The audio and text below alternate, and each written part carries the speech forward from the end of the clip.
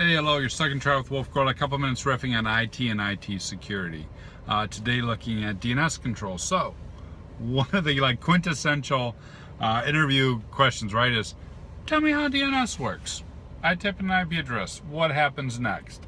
And then they got to work through, UDP port 53 and IP address goes up and what does recursion look like? Right, it's a great interview question. Hint if you're thinking about interviewing. But it's so quintessential to know because as easy and fundamental as DNS oftentimes is, it's one of the ways that criminals oftentimes attack, and it's a very easy to overlook security control. So, tip for you, harden down your security, and if you are on DNS, and if you haven't already, check out what happened with this recent French hijack of DNS. 751 domains were hijacked. 751 domains, because of DNS root server was compromised, were then redirected to this exploit kit. It was the Neutrino, oh no, not Neutrino, it was the RIG exploit kit. If you haven't seen that one, that's the one that was looked at maybe about a year ago by the Cisco Telios group. And they're like, oh, look, here's how it works. And it's really kind of clever. It's got like encrypted channels and covert, and I was kind of geeking out on it. But pause, it delivers the RIG exploit kit because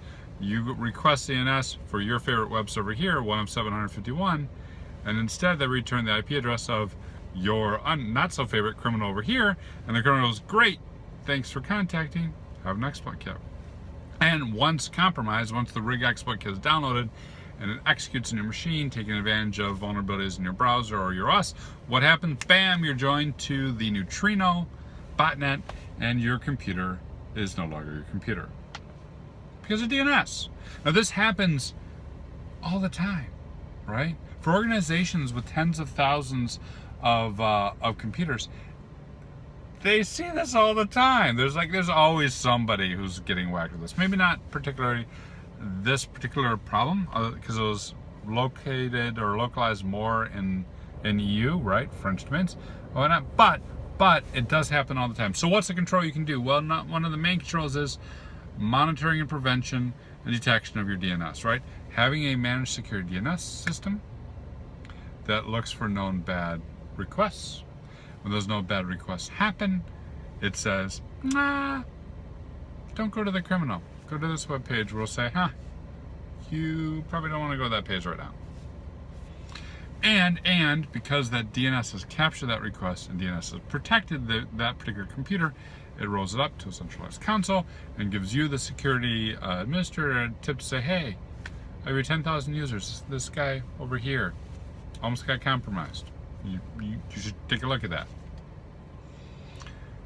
One version of this is OpenDNS. A lot of people use it. It's pretty handy, pretty great. If you know other versions, hit me up in comments or in social media, other ways of doing this.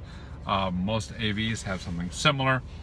So fundamentally, it's all about having some threat intel on your DNS, so when people make bad queries to known bad sites, they don't get exploit kits like RIG, and don't join botnets like Neutrino, and don't have a bad day like all the tens of thousands of people who got caught up in that before it was identified and the plug was pulled this week. That's it. Have a good weekend. Cheers.